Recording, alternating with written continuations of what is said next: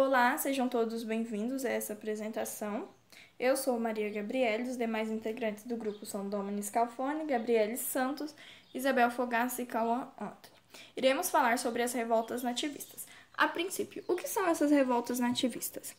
É importante entendermos que essas revoltas não eram aclamações pela independência brasileira. Eram apenas revoltas regionais das capitanias por questões econômicas, pois eles de alguma forma viam prejuízos no setor econômico e eles queriam melhorar isso. Então eles criaram revoltas por melhorias nessa questão econômica. Eram interesses mais particulares do que uma questão de independência de todo o país. Eu vou iniciar falando sobre a primeira revolta. Não chegou a se tornar um conflito armado ou um combate direto, pois houve um acordo com Portugal, que veremos mais à frente, e que então ficou uma coisa mais calma, não chegou a ter um conflito direto entre os revoltos e Portugal. Então, para entendermos, ela ocorreu em 1641, que é a aclamação de Amador Bueno, em São Vicente, atual São Paulo. Foi feita por latifundiários e visava a economia regional de São Vicente. Em um contexto que precisamos entender o que aconteceu, é que de 1580 a 1640, Portugal ficava sob domínio da Espanha, a União Ibérica. E além disso, também houve uma invasão dos holandeses que se instauraram em Pernambuco. E Pernambuco, nesse período, era um polo econômico de muita importância, pois era o maior produtor de cana-de-açúcar, que era o que dominava o mercado no período. Então, Portugal perdeu duas vezes, né? Pois ele estava sob domínio da Espanha, devia impostos a ela, não tinha uma independência financeira, né, e governamental, e depois que também perdeu com a invasão dos holandeses, pois o Portugal tinha muita influência no mercado negreiro. E assim, os comerciantes de escravos vendiam para os holandeses, pois Pernambuco exigia muita mão de obra. Então, isso faltava nas outras capitanias, os escravos negros, e os impostos iam todos para a Holanda. Então, Portugal perdia na cobrança de impostos desses escravos. Então, na falta da mão de obra para os povos do sul, especificamente de São Vicente, nessa revolta, começou a potencializar a escravização dos índios e também a comercialização desses escravos indígenas com outros países, como a Argentina e Paraguai. E quem realizava esse comércio eram os paulistas, que viviam em São Vicente. Mas, em 1640, a monarquia portuguesa ela é restaurada, pois conquistam a independência e se desligam da Espanha. E ela é restaurada pela dinastia do Duque de Bragança e sua família. Então, os portugueses, precisando restaurar sua economia, pois agora eram independentes, eles proíbem o comércio e escravidão indígena, com o intuito de recuperar o monopólio do mercado escravista. Os colonos, com certeza, ficaram insatisfeitos com a situação, porque assim eles deixavam de lucrar, pois eles eram uma mão de obra barata e, além disso, eles estavam comercializando. Então, com essa insatisfação, eles escolhem um latifundiário que tinha muita influência na região, que é Amador Bueno. Então, eles aclamam por ele ser o líder dessa revolta. E ele era um castelhano, inclusive descendente de bandeirantes que escravizavam os índios. Mas ele não concordava com essa revolta, pois ele tinha medo de confrontar Portugal, de que houvesse uma guerra e uma guerra sangrenta, pois ele tinha medo, pois ele também tinha uma noção de que Portugal era uma dinastia, tinha uma dinastia forte, uma dinastia forte e também um poder militar maior do que o dos colonos. E isso era bem provável que eles perderiam em uma possível guerra, um conflito que poderia ocasionar. Então, ele nega essa aclamação e ele passa a ser perseguido pelos revoltosos. E ele, então, se refugia no mosteiro de São Bento, que lá tinham os jesuítas portugueses, que por sua vez eram contra a escravidão indígena, pois eles, sendo portugueses, sabiam que isso iria prejudicar o país deles. E lá ele ficou refugiado e os revoltosos ficaram na porta do mosteiro pedindo que soltassem ele, pois queriam linchá-lo e tudo mais. Só que antes disso, isso não chegou a acontecer, Amador Bueno ficou bem, né? Mas justamente por causa de um acordo dos revoltosos com os portugueses. Esse acordo não foi para salvar Amador Bueno, foi só por motivos econômicos de Portugal. E nessa negociação, a coroa portuguesa permitiu o comércio indígena, desde que não atrapalhasse o comércio de escravos negros, que iriam gerar os impostos e a renda para Portugal, e que inclusive era uma renda muito grande, pois tinha um enorme potencial nesse comércio negreiro. Então, fizeram um juramento a Dom João IV e garantiram que Portugal não seria prejudicado nesse processo. E assim se finda a aclamação de Amador Bueno, que não se tornou guerra e nenhum conflito armado. Mas é importante conhecermos, pois foi uma das primeiras revoltas que ocorreu no período colonial. E é importante demonstrar que existiam os conflitos dos colonos com a coroa portuguesa desde o início, pois foram as primeiras crises que surgiram. Apesar de não serem revoltas pedindo pela proclamação pela independência, né? Eram revoltas econômicas e que estavam insatisfeitos com o governo imperial. Agora eu vou passar a palavra para Isabel, que irá dar continuidade ao conteúdo das revoltas nativistas, pois ao total elas são 8, embora iremos apresentar somente as mais relevantes. Boa tarde, bom dia ou boa noite, depende do horário que está assistindo esse vídeo. Eu sou Isabel Fogaça e irei falar sobre a Guerra dos Emboabas. Inicialmente, vale destacar que a Guerra dos Emboabas é classificada como revolta nativista devido a ter como finalidade resolver problemas locais. O contexto da Guerra dos Emboabas se passa entre 1707 e 1709, ou seja, teve uma duração de cerca de 2 anos, e ocorre na região que atualmente é Minas Gerais. Com o Brasil ainda sendo uma colônia que tinha recentemente descoberto ouro, fazia cerca de 15 anos que havia descoberto ouro, pois em 1693 o ouro foi descoberto na região que hoje chamamos de Minas Gerais, mas que naquela época fazia parte da região de São Paulo, porque foram os paulistas que desbravaram toda aquela região.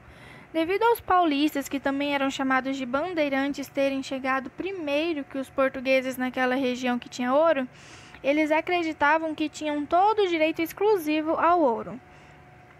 A notícia da presença do ouro no Brasil, que ainda era uma colônia, foi se manifestando, e com isso diversas pessoas, diversos povos estavam chegando no Brasil na procura do ouro, ou seja, uma região que era toda agrária e possuía a presença de somente algumas vilas, passou a receber muitas pessoas, e a partir disso se deu o processo de interiorização do território brasileiro e um deslocamento das pessoas que ficavam apenas no litoral, porque essas pessoas começaram a ir para o interior e isso gerou uma integração regional. Bom, Os paulistas lutaram pela exclusividade daquelas terras, devido a eles terem chegado primeiro. Mas como eles não eram donos, os portugueses nem deram atenção e, consequentemente, não respeitaram. Além disso, Portugal estava passando por uma crise econômica causada principalmente pelo fim da União Ibérica. E a partir disso, a coroa portuguesa resolveu vir para o Brasil atrás de metais preciosos. A Guerra dos Emboabas foi um grande conflito entre os povos de São Paulo, que havia chegado primeiro naquela região e queria ter todo o direito exclusivo daquelas terras, e as pessoas que chegaram no Brasil devido à notícia da descoberta do ouro com a intenção de explorar a região. As pessoas de São Paulo se achavam donos daquelas terras com ouro, que atualmente é a região de Minas Gerais, como eu já disse. Tanto é que imigrantes que chegaram depois, eles apelidaram de emboabas, que significava aves de pés emplumados, devido a eles usarem botas e os paulistas não. Então, por isso, a guerra é chamada de Guerra dos Emboabas. Ao lado dos paulistas tiveram grandes nomes, como Manuel de Borba Gato. Já ao lado dos Emboabas se encontra o famoso comerciante Manuel Nunes Viana, que era um grande comerciante que possuía bastante escravos, ou seja, era uma pessoa que possuía um nome influente. Já durante a guerra, os paulistas saíram da região sudeste atrás de riquezas. E para isso eles vão para as matas, com o intuito de, caso eles encontrassem indígenas, eles escravizavam. Caso eles encontrassem ouro, eles adquiriam. E quando eles encontraram o ouro na região, no sul de Minas Gerais, eles quiseram assumir posse daquela região, devido a eles terem chegado primeiro. E de 1708 para frente, os emboabas estavam cada vez mais pressionando os paulistas, e eles começaram a sair. E com isso, 2/3 das boas terras cheias de ouro já estavam nas mãos dos emboabas. E nesse contexto, os paulistas começaram a ir atrás de outras terras que tivessem ouro. E eles encontraram outras terras na região de Mato Grosso do Sul e Goiás. Então podemos ver que muito da expansão territorial brasileira é devido aos paulistas, que depois de perderem parcialmente a Guerra dos Emboabas, foram à procura de ouro em outras regiões, em outros locais. A Guerra dos Emboabas se encerra com um episódio que ficou conhecido como a Traição do Capão, que ocorreu quando os paulistas, os bandeirantes, já estavam em fuga e se distanciando cada vez mais da região que eles tantos queriam e tanto haviam lutado. E os emboabas estavam cada vez mais se aproximando, e os paulistas tiveram a ideia de fazer uma armadilha contra os emboabas. A ideia era fazer um capão. Mas mesmo assim, os emboabas saíram vitoriosos, e depois de 2 dias eles que cercaram os paulistas. Com isso, os paulistas baixaram a guarda e pediram para o general dos emboabas para se retirarem. Nesses contextos, quando os paulistas já estavam todos desarmados e os emboabas já tinham deixado eles se retirarem, os emboabas voltaram e mataram mais de 300 paulistas. Até os dias atuais, essa região é conhecida como Capão da Traição. Após isso, São Paulo se tornou uma cidade, mas aquelas terras que os paulistas queriam para eles ficaram para os emboabas. Mesmo que depois eles começaram a dividir a região em datas para cada um dos portugueses, e os paulistas não tiveram aquela região somente para eles, os paulistas conseguiram fazer parte desse movimento. Bom, essa foi a minha apresentação, espero ter trazido o máximo de conhecimento e compreensão. Obrigada pela atenção, e agora irei passar a palavra para o próximo colega. Bom dia, boa tarde, eu sou a Gabriele e vou falar sobre a Revolta de Beckman.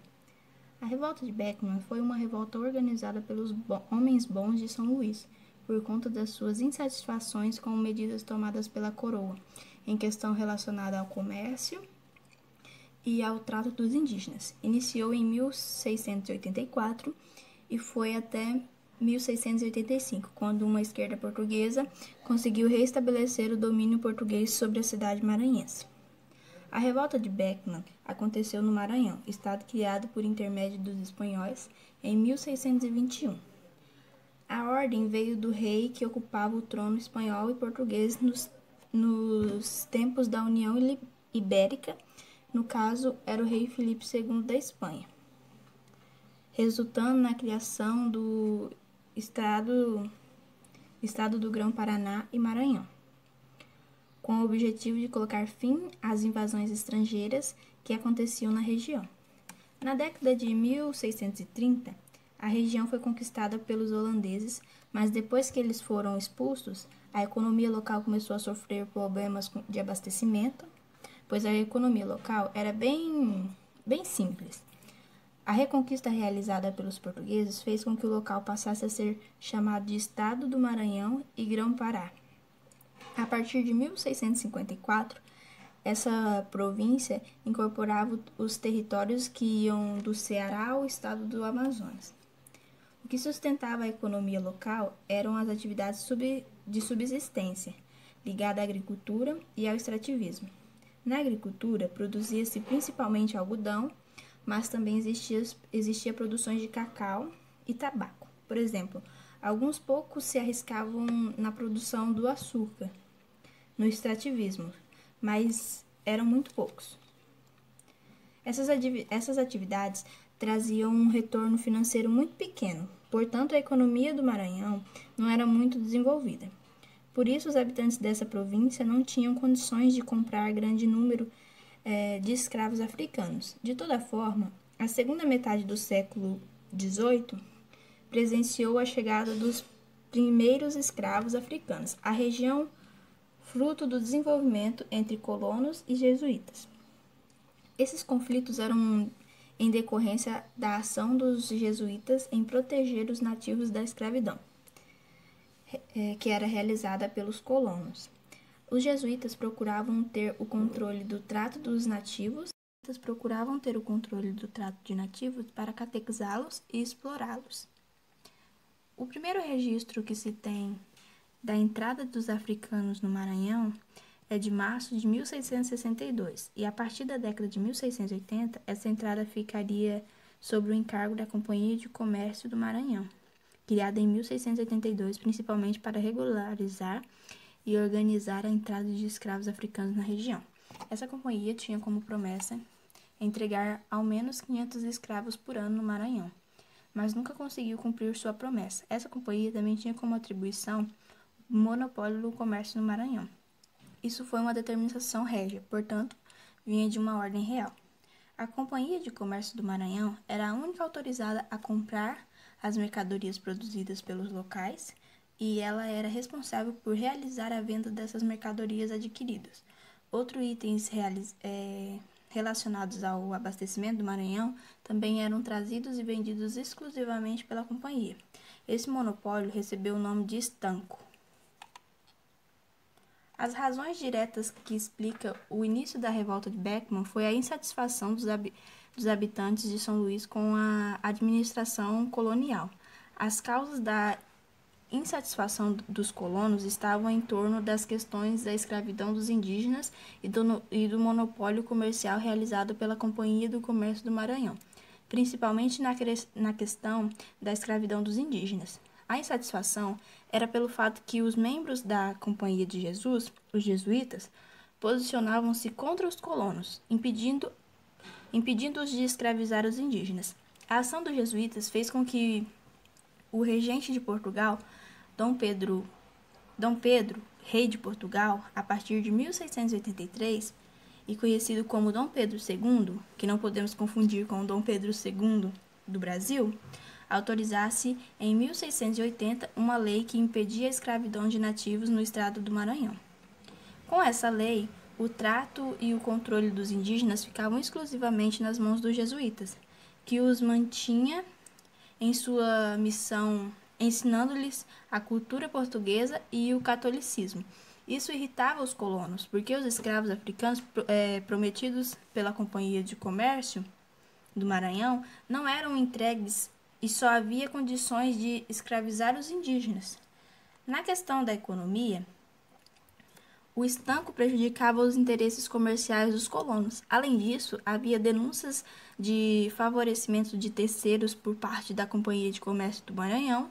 Outras denúncias falavam que a companhia pagava valores muito baixos pelas mercadorias e os locais abastecia São Luís com produtos de baixa qualidade. A rivalidade entre São Luís e Belém também repercutiu para o início da revolta de Beckman. Os habitantes da cidade maranhense sentiam-se prejudicados pelo fato de o governador da província, Francisco de Sá Menezes, preferir morar em Belém do que em Vista. A miséria na qual uma parte da população era obrigada a viver também serviu de motivação para essa revolta. A revolta de Beckman durou mais de um ano, mas sem apoio de outras cidades do estado, ruiu. Em maio de 1685, os portugueses enviaram uma esquerda para São Luís e a comando da cidade foi recuperado sem muitas dificuldades. A esquerda portuguesa trazia Gomes Freire de Andrade, o novo governador do Maranhão. Muitos cidadãos de São Luís fugiram por medo de punições. A chegada do governador fez com que a normalidade fosse restabelecida. O novo governador emitiu as ordens para prender os envolvidos com a revolta e as punições foram ditadas. Manuel Beckman e Jorge Sampaio de Carvalho foram condenados à forca, Thomas Beckman e Eugênio Ribeiro Maranhão foram presos, Belchior Gonçalves foi açoitado e degradado de volta para Portugal, e outros envolvidos foram multados. Com o fim da revolta, os jesuítas retornaram e continuaram explorando a mão de obra dos indígenas. A Companhia do Comércio do Maranhão foi extinta, pois a rejeição popular a ela era muito grande. Por fim, a proibição acerca da escravização dos indígenas foi revista pela Coroa do Maranhão, e em 1688, uma nova lei entrou em vigor a partir do mês de abril. Com essa lei foram criados critérios para a escravidão de indígenas e o controle sobre essa questão foi atribuído à Fazenda Real e à Corte. Com essa lei, retornaram-se as expedições, chamadas de descimentos, para realizar a captura de indígenas. A escravização do indígena no Brasil só foi determinante proibida em 1755, por ordem de Marques de Pombal. Meu nome é Domini e agora falarei um pouco sobre a Revolta de Felipe dos Santos, também conhecida como Revolta da Vila Rica. Esse movimento nativista ocorreu no ano de 1720, na região das Minas Gerais, durante o período do ciclo do ouro. A região de Minas Gerais produzia muito ouro no século XVIII. A coroa portuguesa aumentou muito a cobrança de impostos na região. O quinto, por exemplo, era cobrado sobre todo o ouro extraído, 20% ficava com Portugal. Esta cobrança ocorria nas casas de fundição. Era proibida a circulação de ouro em pó ou em pepitas. Que fosse pego desrespeitando as leis portuguesas eram presos e recebia uma grave punição. Decreto para a África era a principal. Os donos das minas estavam sendo prejudicados com as novas medidas da coroa. Para dificultar o contrabando de ouro em pó, a coroa portuguesa decidiu instalar 4 casas de fundição, onde todo o ouro deveria ser fundido e transformado em barras. Como selo do reino, nessa mesma ocasião era recolhido os impostos de cada 5 barras. Uma ficava para a coroa portuguesa. Felipe dos Santos. Felipe dos Santos era um rico fazendeiro e tropoeiro, dono de tropas de mulas para transporte de mercadorias. Com seus discursos e ideias, atraiu a atenção das camadas mais populares e da classe média urbana da Vila Rica. Defendia o fim das casas de fundição e a diminuição da fiscalização metropolitana. Como consequências, a coroa procurou limitar as vias de acesso às minas e o escoamento da produção, visando inibir o contrabando e a evasão fiscal. Para facilitar essa tarefa, foi criada a Capitania de Minas Gerais, separada da Capitania de São Paulo.